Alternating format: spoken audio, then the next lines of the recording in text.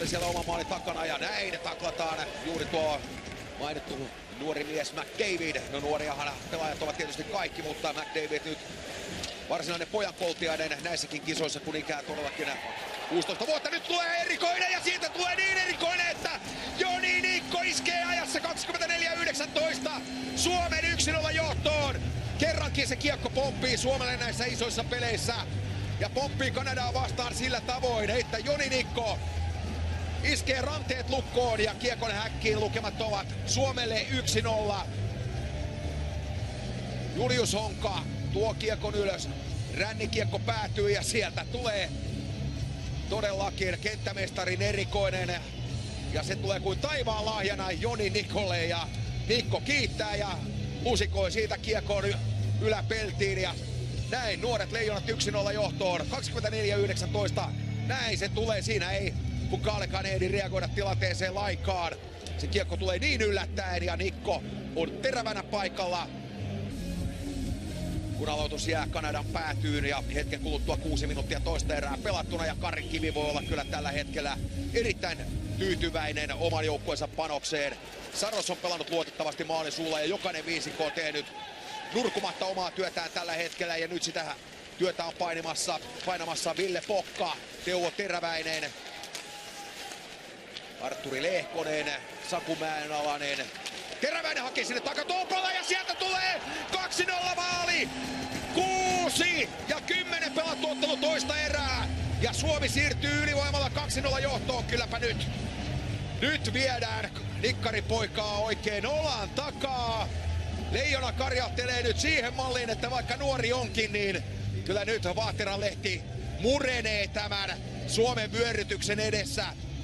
Ja katsokaa, Lehkonen, Teräväinen ja Teräväinen sinne luukulle. Teräväinen lähettää kiekon, Mäenalainen jatkaa ja Lehkonen on se, joka lapioi siitä irtopalan sisään. Ja tällä tavoin Lehkonen tekee turnauksen toisen maalinsa. Näin maalin edustalla on Lehkonen täysin vapaana ja siinä on aikaa vielä veivata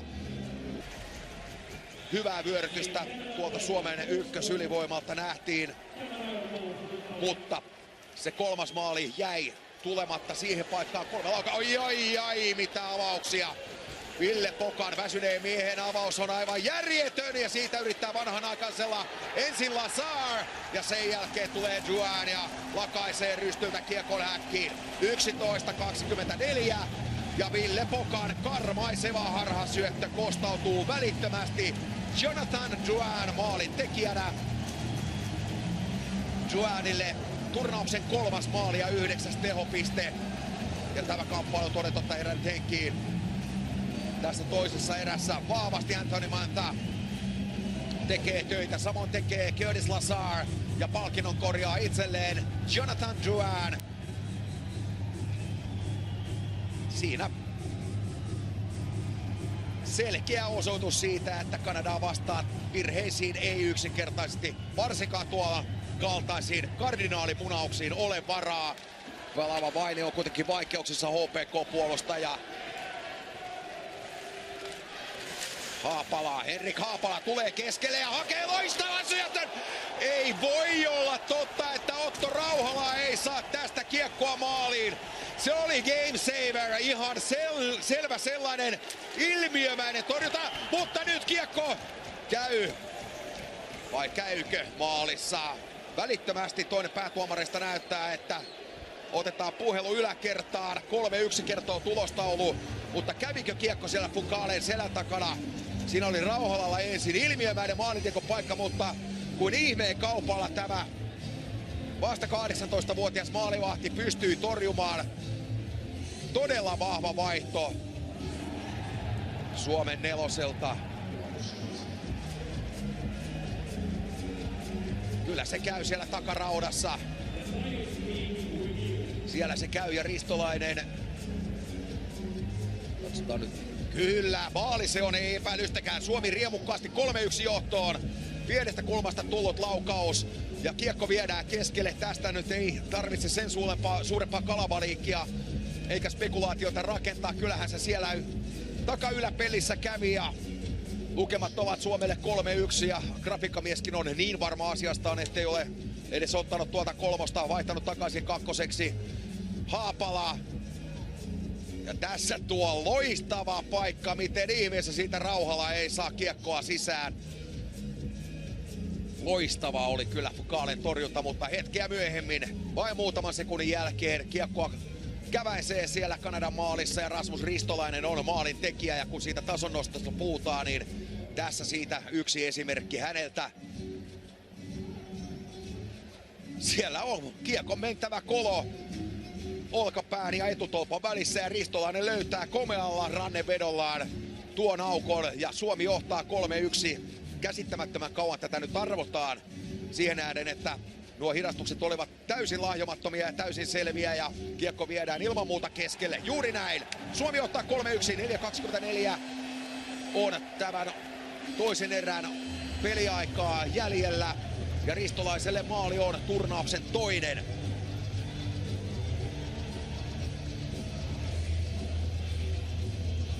Ristolainen oli mukana jo viime vuonna ja siinä Foucale ei tiedä yhtään, että kiekko käy maalissa. Hän oli täysin pihalla tilanteesta. Duan kikkailee alivoimalla Suomen päädyssä. Ja upeasti hän harauttaa Haapalan. Tarjoilee poikittaisyötön, upea patjatorjunta ja nyt on läpiajossa Henrik Haapala. Tästäkö tulee lopullinen ratkaisu tälle ottelulle? Haapala ja rangaistus. Vai tuleeko rangaistuslaukaus? Kyllä, rangaistuslaukaus Suomelle ajassa 16.48. Kuuden tilanteessa joutuu Derek Pouliot vetämään takapäin Haapalaa koukulla ja siitä rangaistuslaukaus ja sen jälkeen Suomella vielä ylivoimaa jäljellä. Tässä se tulee. Näin. Toisella kädellä vasurilla vähän apua. Noin ja mies nurin.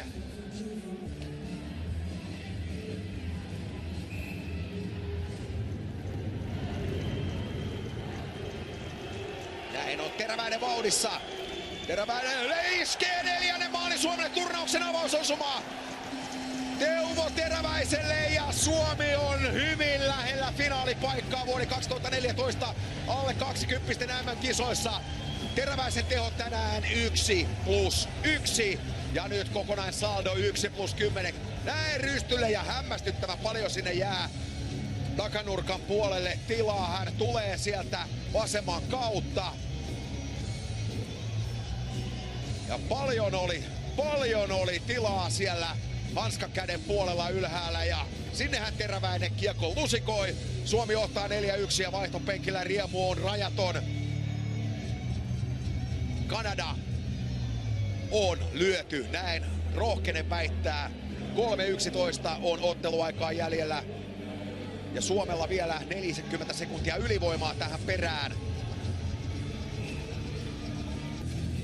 1.04 kuitenkin otteluaikaa vielä jäljellä ja Kanada vyöryttää. Griffin Reinhardtin laukaus. Lazar ohjaa. Connor McDavid on myöskin kaukalossa. Suomi saa kiekko keskialueelle ja saman tien Teräväinen tekee toisen maali tähän loppuun. 5-1 ja Suomi pelaa finaalissa Ruotsia vastaan.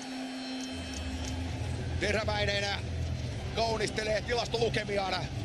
Tekee 2 Suomen viimeistä maalia tähän ja nyt Kanada on kyllä vihdoin ja viimein lyöty totaalisesti jään rakoon. Ja tämä voitto on ennen kaikkea maukas. Se on todella maukas, sillä 12 vuotta on kulunut edellisestä voitosta Kanadasta. Ja se tulee vielä välierään. Teuvo Teräväinen tänään 2+1.